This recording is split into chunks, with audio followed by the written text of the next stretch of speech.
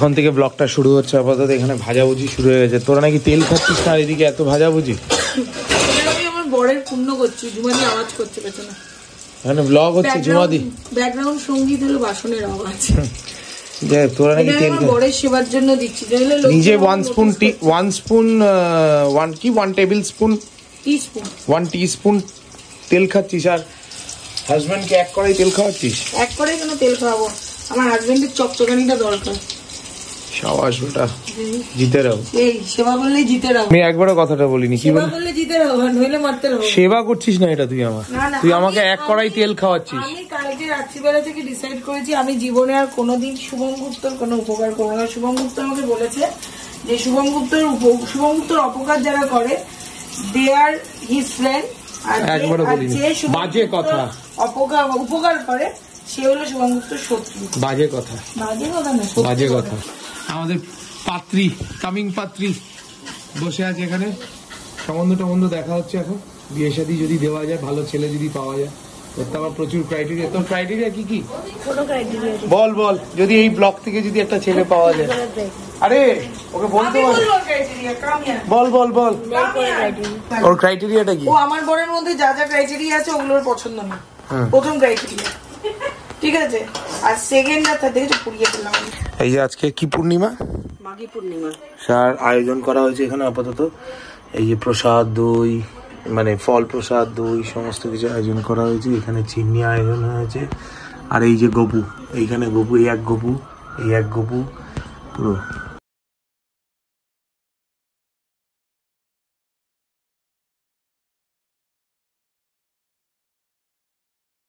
কি হচ্ছে ভাই?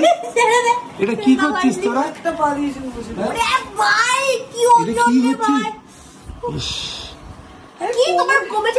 Good afternoon, welcome to Shubhri's family. চলে এলাম টাটকা ব্লগ নিয়ে। দেখতে পেলে বাড়িতে তো শুরু হয়ে গেছে পুজো। আচ্ছা, আমরা তো বেরিয়ে গেছি, যাচ্ছি হচ্ছে ছোট মাসির বাড়িতে। আজকে 4 দিনের কাজটা হয়েছে সকালবেলা। আমি একদিন ও যাচ্ছে, আমি যাচ্ছি না। একটু যাওয়াটা উচিত। মেন্টালি এই সময় একটা মানুষকে সাপোর্ট দেওয়াটা খুব দরকার পড়ে। কারণ দেখো, এখন আমরা সবাই আছি, উনি সেই ফিলিংসটা বুঝতে পারছে না, এবং উনি সেটা নিজেও ফিল করছে যে এখন সবাই আমাকে ঘিরে রেখেছে, এই 10-12 দিন আমার মায়ের ইচ্ছা আছে যে কাজটা মিটলে আরো 2 দিন থেকে তারপর মাসিকে আর সায়নকে নিয়ে এখানে আসবে। কিন্তু যখন এই অ্যাকচুয়ালি এই ধরনের জিনিসগুলোতে না, এগুলো কখনো পার্মানেন্ট সলিউশন হয় না। কালকে আমার মামার সাথে, মানে ওর ছোট মামার সাথে কথা হচ্ছিল, নিয়ে আসুক, নিয়ে যাই, দিয়ে যাই, এগুলো পার্মানেন্ট সলিউশন না। পার্মানেন্ট এটা একটা টেম্পোরারি সলিউশন, যে হ্যাঁ ওই ঘাটা যেটা পেয়েছে সেটাকে যেন সয়ে গিয়ে তারপর একা থাকুক। এটাও সেই জন্যই আর কি ছোটো মাসির কাছে বারবার যাওয়া। অ্যাকচুয়ালি ছোটো মাসি একটু খুব মানে কম কথা বলা কষ্ট, হ্যাঁ, তো প্রকাশ করে না, সব কিছু বুঝতে হয়।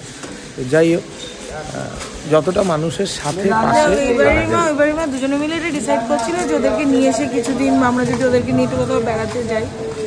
এদের মিলিত ডিসিশন, জানি না কতটা কি ইমপ্লিমেন্ট হবে, দেখা যায়। হবে, সব কিছুই হবে, সময় ভালো হোক, সব কিছু হবে।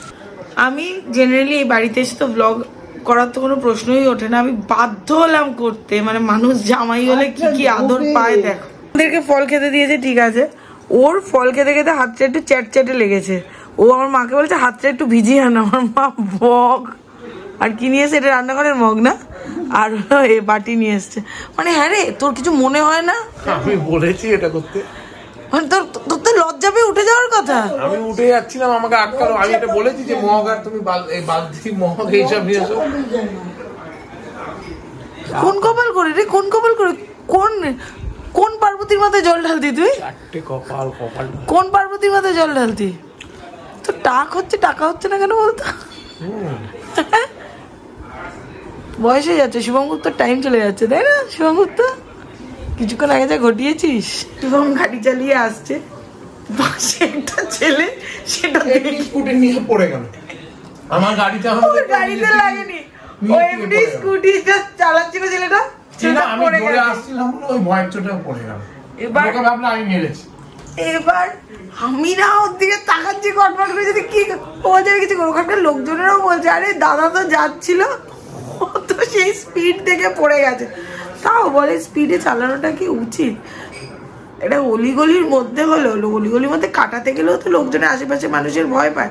ছেলেটাকেও যখন বলছে চলো আমি তোমাকে অ্যাপোলোতে নিয়ে যাচ্ছি, যাই হোক আমরা দাঁড়িয়েছি, ছেলেটাকেও অ্যাপোলো অব্দি নিয়ে গেছে। এটা ছেলেটা লজ্জার চোটে বলতে পারছে না ছেলেটা কেন পড়ে গেছে।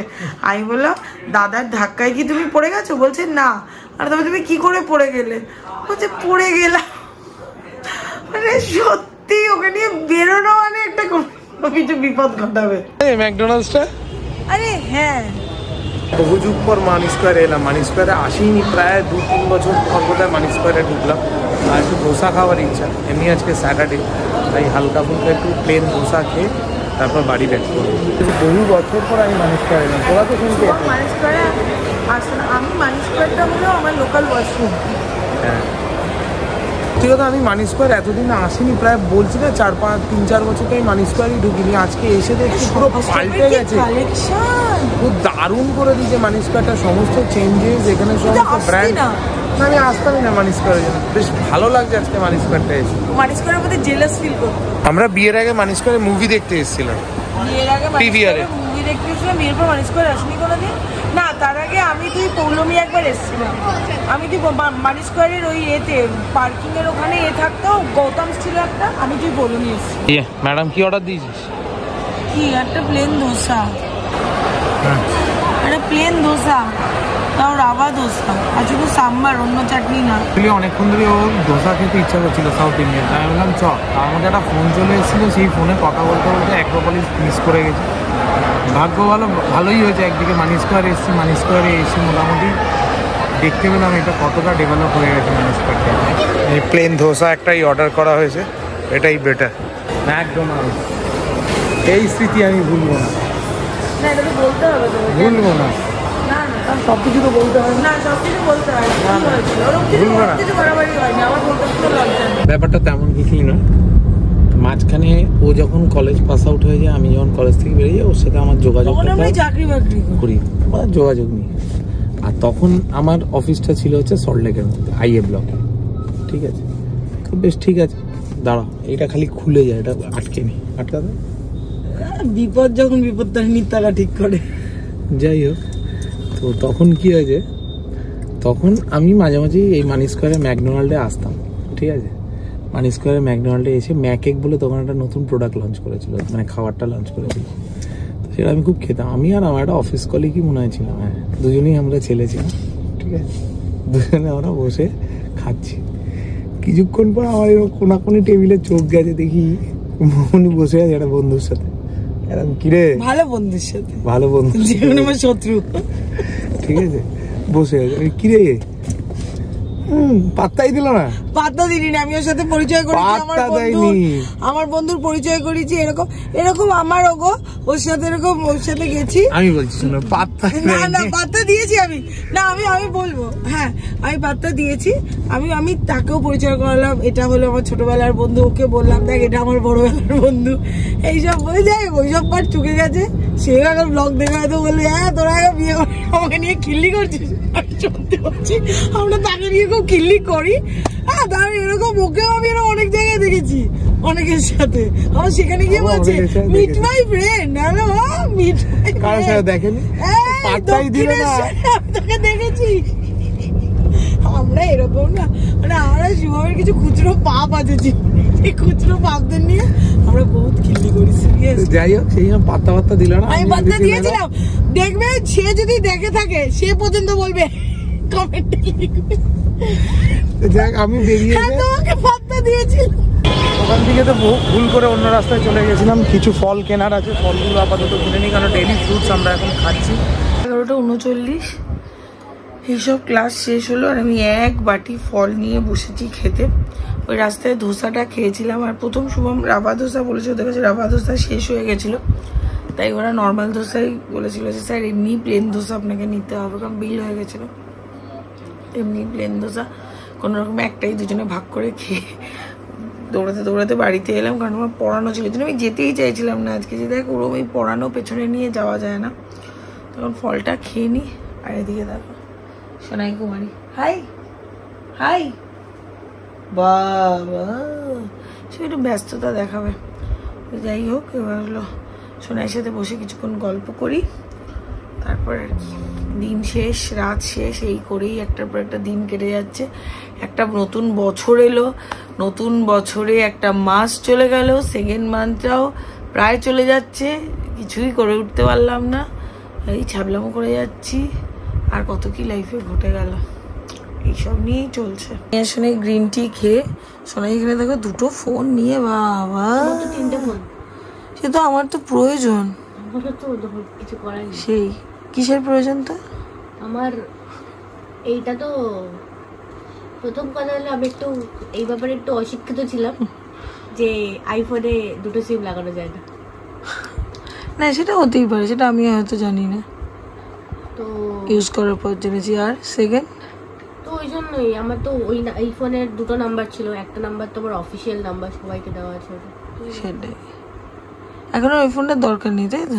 আইফোন না হয়তো আমার শুধুমাত্র ওই কারণে ওটিপির জন্য প্রয়োজন। হ্যাঁ। আমি এর সঙ্গে বসে বসে প্রচুর গল্প করছিলাম। শোনাই অনেকদিন পর মামা বাড়ি গেছিল, আমি আমার মাসির বাড়ি গেছিলাম। তোমরা দুজনের ছোটবেলার কথা দুজনকে শেয়ার করছিলাম। যদিও সোনাইয়ের ছোটবেলা থেকে আমি সোনাইকে চিনি, সোনাই তো আর আমার ছোটবেলা থেকে আমাকে চেনে না।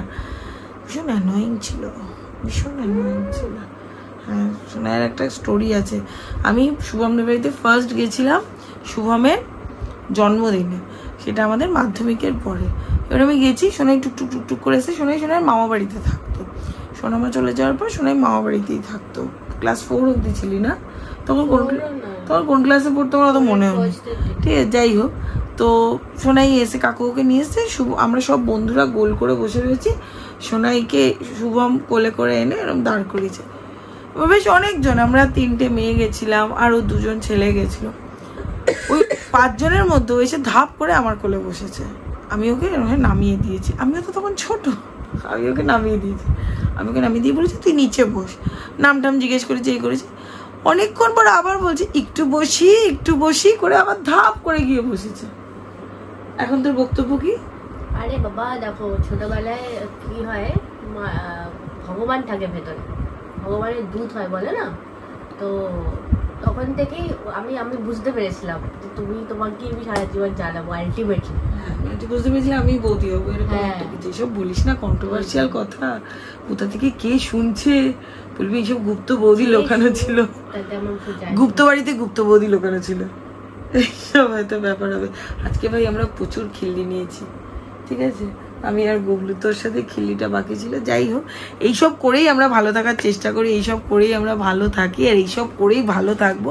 সেই আমি আর সোনাই, আমাকে সেই আমার ডায়েটিশিয়ান জিজ্ঞেস করেছে তোমার কার সাথে থাকতে সব থেকে বেশি ভালো লাগে রিমা? আমি বললাম জয়শ্রী, ও চেনে সোনাইকে, সোনাইও যেহেতু গেছে।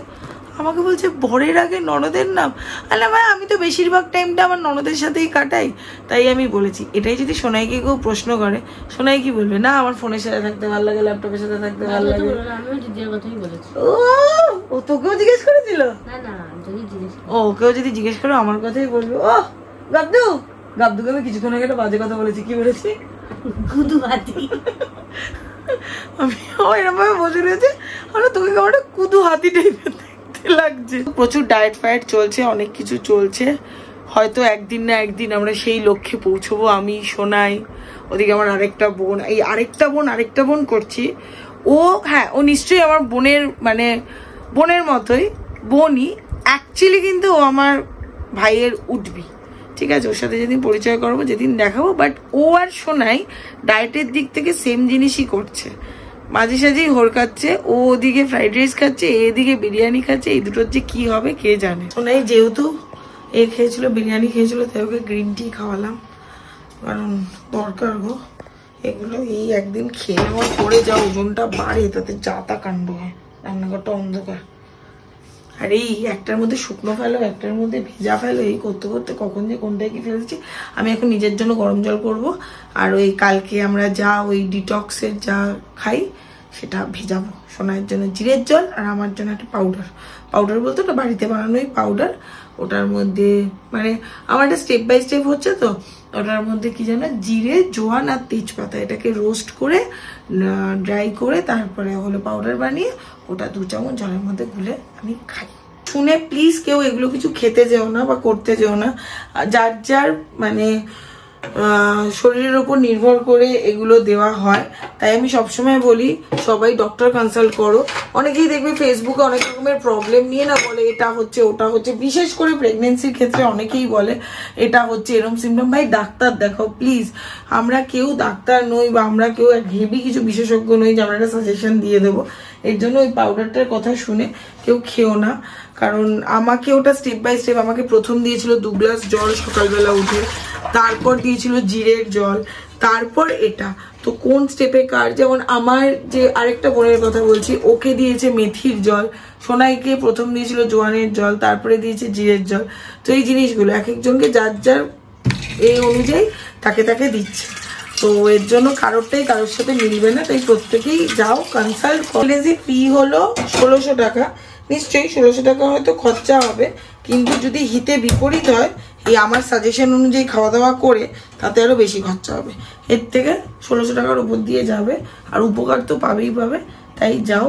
আর ঠিক আছে, শুভমের সাথে অনেকটা টাইম কাটালাম, এই যাতায়াতের পথটাই যতটা কাটে ততটা টাইম কাটালাম। কাজের প্রচুর কথা হলো, নিজেদের একটু টাইম কাটানো হলো, বাট হ্যাঁ কিছু আক্ষেপ থেকে যায়, সেই আক্ষেপগুলো নিয়েই জীবনে চলতে হয়। যেমন এই বছর আমরা অ্যানিভার্সারিটা সেলিব্রেট করতে পারিনি, অনেক কিছু বাকি আছে, অনেক রকমের প্ল্যানস ছিল, জানি না কবে কি এক্সিকিউট হবে, বাট হবে। আর ওটা করতে পারিনি এরকম না যে আমার মেশো অসুস্থ ছিল ওই টাইমে, সেই কারণের জন্য। হ্যাঁ সেটা হয়তো পরে হতো, মেশো অসুস্থ বা এটা নিজেদের কিছু পার্সোনাল প্রবলেমের জন্যই ওটা করা হয়নি, বাট প্রবলেম তো লাইফে থাকতেই পারে। আর তোমাদের কথাতে তোমরা যেমন আমাকে সবাই বলো রিমাদি তোমরা সবাই একসাথে আছো, বা রিমা তোমরা সবাই একসাথে আছো, এটাই অনেক, সিরিয়াসলি এটাই অনেক। এই জন্য হয়তো লাইফে এখনো পর্যন্ত এগিয়ে যেতে পারছি, একটু এখনো পর্যন্ত হাসি, এখনো পর্যন্ত সকালবেলা উঠে গুড মর্নিংটা বলতে পারি। তো যাই হোক, গুড নাইট এখনের মতো, সবাই ভালো থেকো, সুস্থ থেকো, ভালো রেখো, সুস্থ রেখো, গুড নাইট, শুভরাত্রি, টাটা।